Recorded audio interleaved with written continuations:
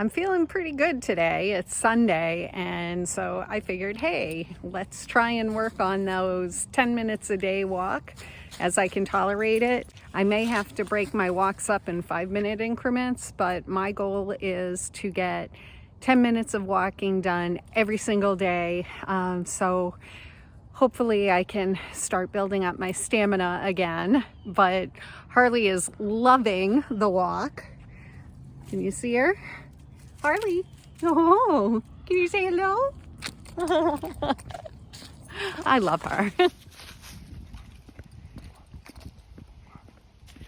I'm in so much pain. Yeah, Harley sees it too.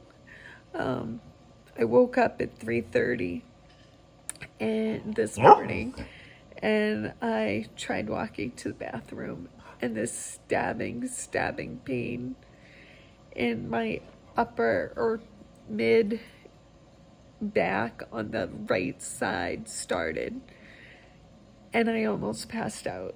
I was in excruciating pain.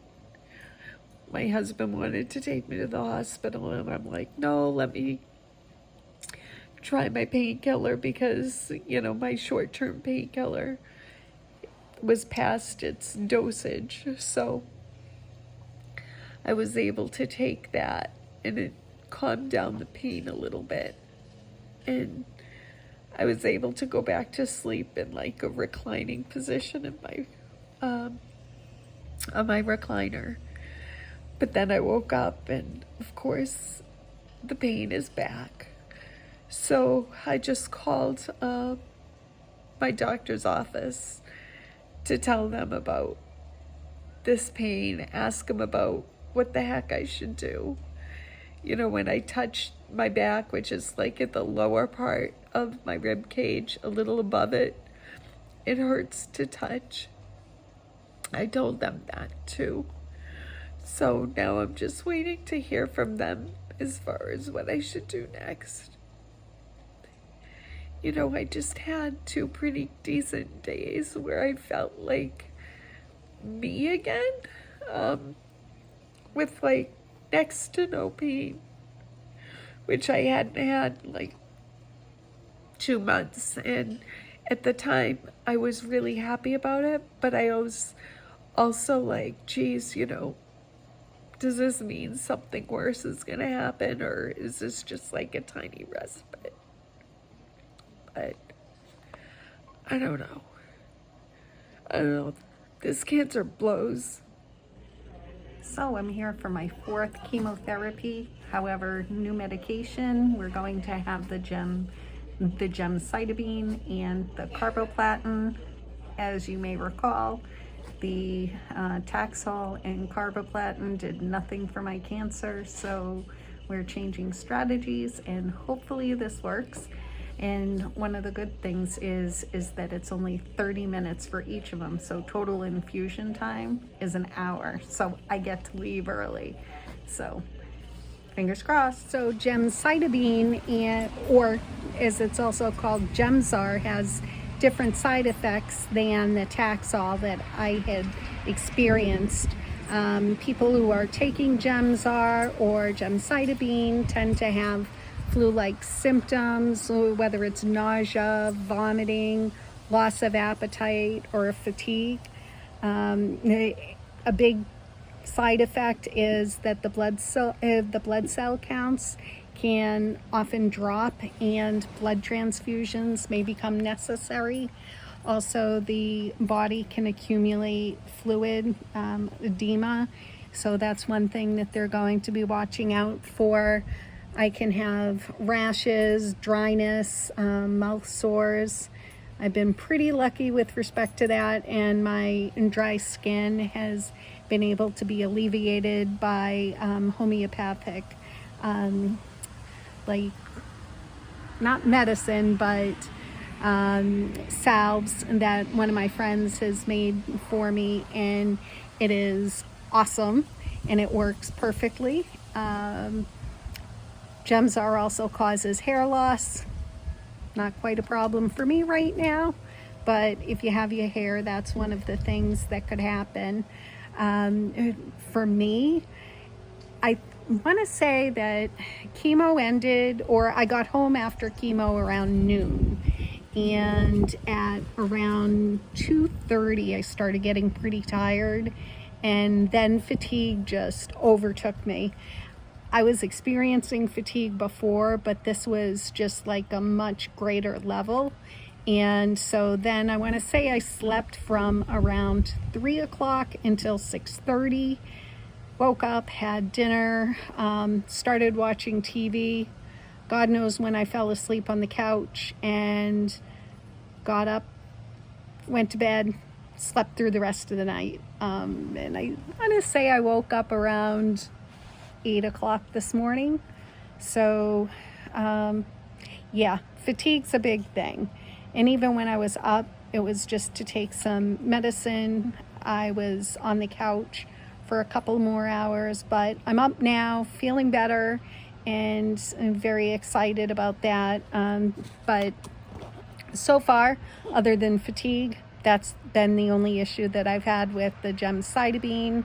I gotta say that since I had it, every time that I've fallen asleep, I've had this recurring dream that someone with a fire hose was in my abdomen and using the hose to spray fire at the cancer. So how's that for visualization? So I'm hoping that that's going to do the trick. My blood work during this appointment wasn't the greatest, but I mean, apparently not the worst either, because I was able to have chemotherapy. But one of the things that was shown is that my blood counts were really low. I want to say low hemoglobin. My level was 8, and apparently once it drops to around 7, then a blood transfusion is in line. So that's something that we're going to have to keep an eye on. And I basically have accepted that as it's a side effect of Gemzar or Gemcitabine, I'm going to need it. And, you know, I'll keep you guys updated on that. My blood work also showed that my potassium levels were really low, so immediately I got medication to counteract that. I have a sheet of items or the foods and meal plans that I can address some of that with, and the levels that they want me to be at each day, so we can address that potassium deficiency. The worst part was the CA-125 tumor marker, and it went up again. But the way I had to look at it is we already knew that the Taxol wasn't working against this cancer. It just wasn't doing its job, and that's why they switched me to the Gemcitabine. So it shouldn't be a surprise that from the last time that I had my CA-125 taken, that it's gone up, because that's what's been happening during, you know, that first round of chemotherapy. So I'm hoping that the next blood work will show that the CA-125 levels are going down, because Gemcitabine is going to work and start kicking cancer's ass. I'm sitting on my front porch on November 5th in Massachusetts, and it is 72 degrees. The shocking part of this is 70-degree days in New England in November are practically unheard of. We get them occasionally, but it doesn't usually happen. However, this is going to be extended. So we have today, which is a Saturday. It's going to be about 72, 73 tomorrow, and 74 degrees on Monday. So what's a girl to do when I'm fatigued? I have trouble walking long distances and sort of want to get out in the outside. Well, I am so excited about this. I found a place that is oceanfront, beachfront, and will allow me to bring Harley to the ocean. So tomorrow we're going to pack up and stay 2 nights. We're going to go to Agunquit, Maine, and this this hotel, or more like a motel, where we're going to get an oceanfront room, and I'll be able to, see the ocean right outside our room. And it also has either a patio or a shared porch. And so I'm going to be able to just walk from my room, take a few steps outside, and I'll be able to overlook the beach. And of course, Harley's going to be with us.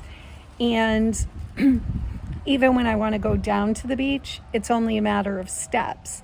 So because I have so many problems walking, and then I become very breathless, we had considered day trips, but there were no places that had any amenities open, and the handicapped access, so even if I brought my wheelchair, the wheelchair wouldn't go far enough that would allow me easy access to get down to the water or the beach.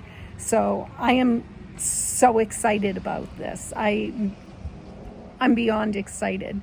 So one of my videos, I'll show you a recap of our little adventure, and it's not so far away. We'd be about we'd be about an hour's driving distance to Dana-Farber and Brigham Women's Hospital if, God forbid, I needed medical attention right away. So, hey, things are looking up. New chemotherapy medicine, 3 days of 70-degree temperature, and best of all, even though we had to cancel our vacation that was scheduled for the end of this month, we can still go to the beach, beachfront accommodation, and best yet, Harley can see the ocean for the first time. I'm so excited. All right, everyone, have a great day. And as always, thank you so much for your support. It means so much. Take care.